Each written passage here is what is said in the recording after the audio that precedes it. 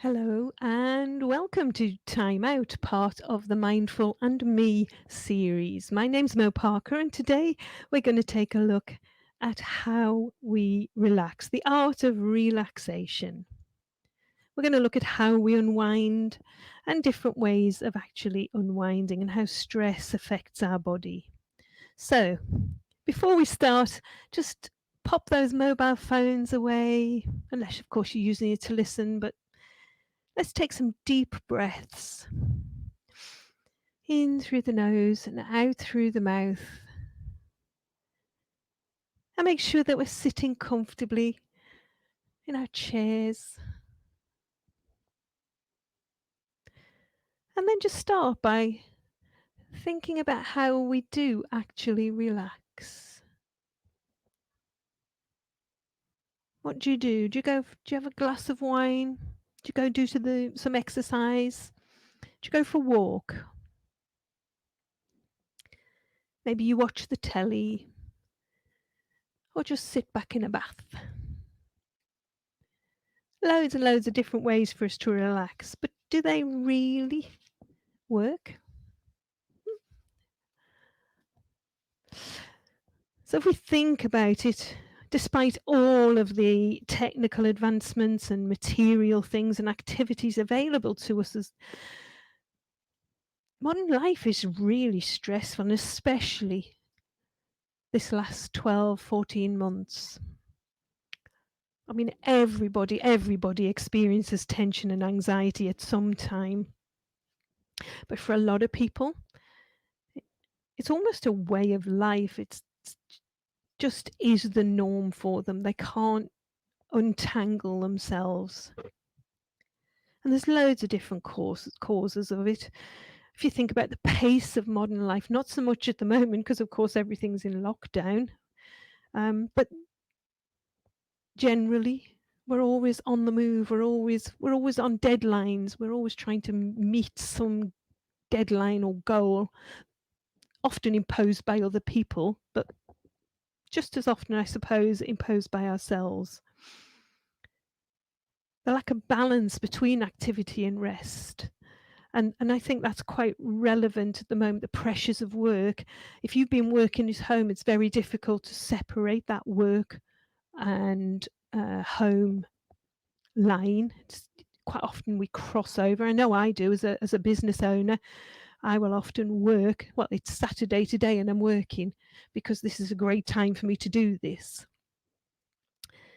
Um, so there's a difficulty in actually separating out that rest time and activity time. Often the pressures of work through ambition. We want to be something more. We want to achieve those goals. So we put pressure on ourselves. It's just mad. It's crazy. What about the fear of unemployment? And especially again at the moment, there are a lot of people who have either lost their jobs or may lose their jobs or just are furloughed at the moment, so not able to earn money. Which brings it to financial pressures because, of course, if you're not earning money or you're out of work, then those financial pressures are enormous and really stressful. What about social situations? I know as a young person, still a little bit, but certainly when I was young, I used to hate going into a room of people for the first time. It used to terrify me. Still don't like going somewhere for the first time. I don't get excited about going somewhere for the first time. I get anxious. Boredom is a terrible, stressful thing. You're sitting there, you know you're bored, you can't get yourself out of it, and then it just builds up and builds up and builds up until you become quite depressed and fed up and, oh, again, in a hole you can't dig yourself out of. And many lifestyle choices cause stress. They cause the body and the mind stress. So if we don't exercise enough, if we smoke or drink too much, if we have bad nutrition, all of those things can affect our wellness and in turn cause us stress. And of course, stress in its own right has a load of symptoms. So it could be hair loss, it could be headaches, it could be palpitations, just lethargy, unable, like we were saying earlier, just unable to get yourself out of a bad situation. And it all builds up, and then we end up with serious health problems if we're not careful. It's quite overwhelming at times. But relaxation consciously releases tension. So it creates a space in the middle of chaos where the mind and the body are in a harmony and consciously free from tension. And that consciousness is very important. That mindfulness and that awareness of being able to relax and being at peace. Often when you relax, you get that lovely overwhelming sense of happiness, deep joy, that it just makes you feel amazing, like you could fly. And it's the brain that promotes that. So there are different levels in the brain, different levels of activity. So if we think about at the very lowest level of that, just being awake, just getting on with stuff, um, that's done by the production of beta waves. The brain produces these beta waves, and that's just our get up, get dressed, get off and do stuff and live your life. When we start to slow down, we're still fully conscious, maybe when we sit down to have a cup of tea or put our feet up or have a nice bath. Then the brain produces alpha waves, and they're a sort of slowing down process.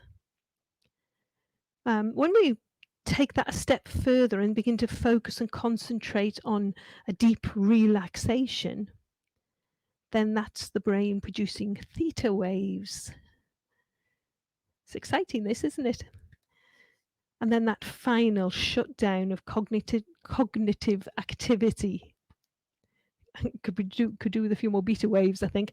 That final shutdown of cognitive activity when we go into a subconscious state, i.e., when we're asleep.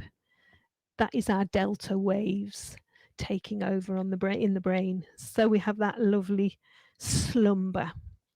So we're looking for those theta waves when we relax. That's the one we want, where we can still be aware and mindful, but we're in a deep relaxation, and that's just so good for restoring us. So before we think about relaxing anymore, let's explore before we explore ways to relax, let's understand a little bit about how powerful our mind is. Okay, it's the storehouse. The body is the storehouse of all our conscious and subconscious material. So when our mind and body are pretty tightly knitted together, they're linked together. We memorize and we store events. We create patterns of posture and behavior, and it's what makes us who we are. It's what it just is. It's who we are, and everybody is different. So we all have different patterns of behavior, patterns of emotion, different memories. But if you think about it, we are all going to be storing memories of tastes, of smells, of sounds, of how things feel to us. And our brain is incredibly adept at recreating them for us. Whenever we're faced with a situation, you think about this a little bit. When you're faced with a situation, does your mind begin to create scenarios of outcomes? Especially stressful situations, your mind will think, oh my God, that's going to happen, and you're always thinking the worst, aren't you? And we experience emotions and associations with those outcomes, and the mind does that to us. It's like a big film running all the time, and it thinks up endings for the films. But to understand just how powerful it is, if you're still not quite getting it, let's have a little experiment, okay? So shut your eyes if you can, okay? And imagine that you're in a kitchen, and it doesn't matter whose kitchen it is, any kitchen you like. Make it a dream kitchen. That would be nice, wouldn't it? Have your dream kitchen. And in front of you, there's a bench and a chopping board.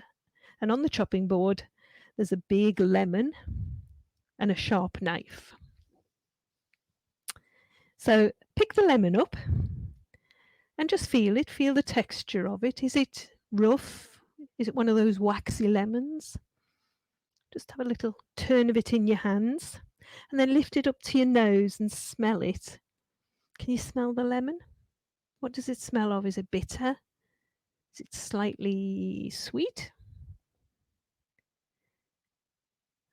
Okay, so pop it back down on the board and take the knife and just cut it in half and then just cut a wedge off one of those halves. Okay, lift that wedge up to your face now and smell it again. Can you smell? Is it a little bit more tangy? Okay, now touch the lemon with your tongue, just the tip of your tongue, and then just imagine that you're biting that wedge of lemon. Okay, so how did it feel? Did your mouth water? Because mine is just thinking about it. Could you feel the sharpness of the lemon? Could you taste it? If you're saying yes to me right now, it's imprinted in your mind. That's your brain doing that. You haven't really got a lemon, but your thoughts are working like that. They're associating those memories and they're making a real time movie in your conscious mind. So when we think we can't relax, you can see that in fact, it's not necessarily the case. Actually, your mind is really powerful and it just needs a bit of encouragement and a bit of training to help you.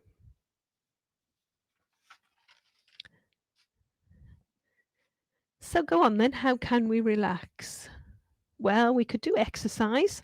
Exercise releases adrenaline and endorphins and creates a natural high, imbues us with an amazing sense of well-being. How many times have you thought, oh, I don't want to do that exercise class?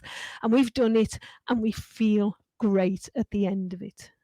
Yeah, we get that lovely contentment at having achieved it. We feel happy, we've got a sense of purpose. What if we go for a walk and we feel the warm breeze on our skin or the sun on our faces? You can see that that is, it's true, isn't it? It makes us feel good and it makes us feel relaxed, happy. Another way is to go to some aromatherapy session. So a lovely facial, a back massage. Oh, fabulous. It makes us feel amazing, doesn't it? That combination of essential aromatic oils and massage, maybe a bit of acupressure, all balances the energy and is a lovely holistic therapy to bring us all back into balance. What about what we call subtle body movements? Subtle body exercise. So things like Tai Chi, yoga, Pilates, they're all very focused exercises and they often include relaxation and breathing exercises or what about mindfulness and meditation? You're sitting here listening to me. We're talking about mindfulness, um, a nice bit of meditation. Meditation, of course, is not a formal, a form of mental training that allows you to rest in a fully aware state, aware of your breath, aware of your body. And it does have a bit of an image that you need to be sitting there cross-legged on the floor wearing nothing but a loincloth, but of course that's not true. You can meditate sitting in your chair, gazing at the sky, over a cup of tea, whatever. Meditation is just a way of focusing the mind and the body into a nice place. And then finally, of course, we could use a relaxation therapist. Relaxation therapy helps to unblock the energy, to find the energy to relax, to give ourselves a permission to relax, and that's a very formal way of doing it. But it is an alternative if we really, really struggle. So I know why you're all here. You all want to experience a nice little bit of relaxation, a nice moment of relaxation. So shall we have a little go? let's try a little bit of guided relaxation. So have a shuffle in your seat, make sure you're comfy, make sure the kids are outside playing. I don't know whether you should do that really. Make sure they're safe. Put the dog in his basket and just settle down into your chair. And we'll just take a few deep breaths and give ourselves permission to relax.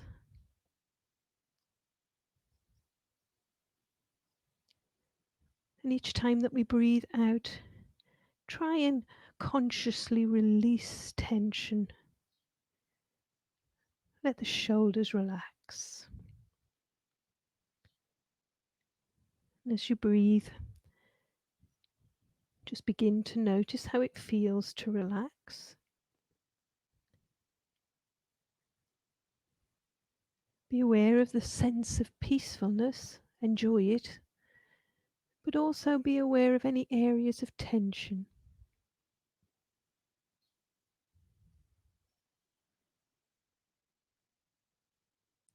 Let's relax through the brow, the eyes, the cheeks, the jawline, the neck, and the throat. Feel your shoulders relax and let the arms, hands, and fingers all relax into your lap.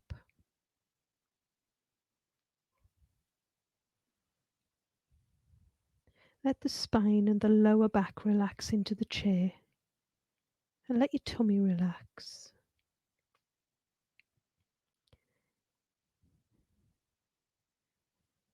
Feel that sense of relaxation.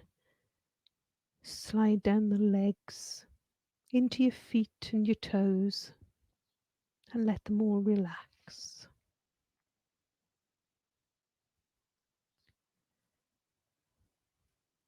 Turn your attention to your breath now and just let it settle into a natural rhythm like a wave. And follow it as if you were watching from outside. Don't try and control it, just let it go.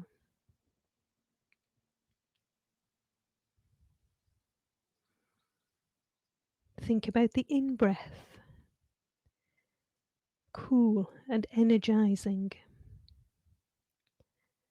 Hold the sense of peacefulness as you watch it flow freely around your body.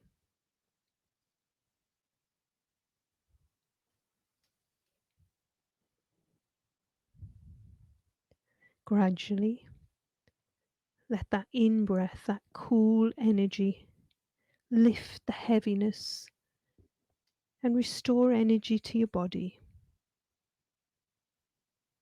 Deep breaths in and out.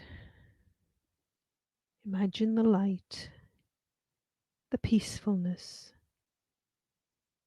and slowly open your eyes and stretch.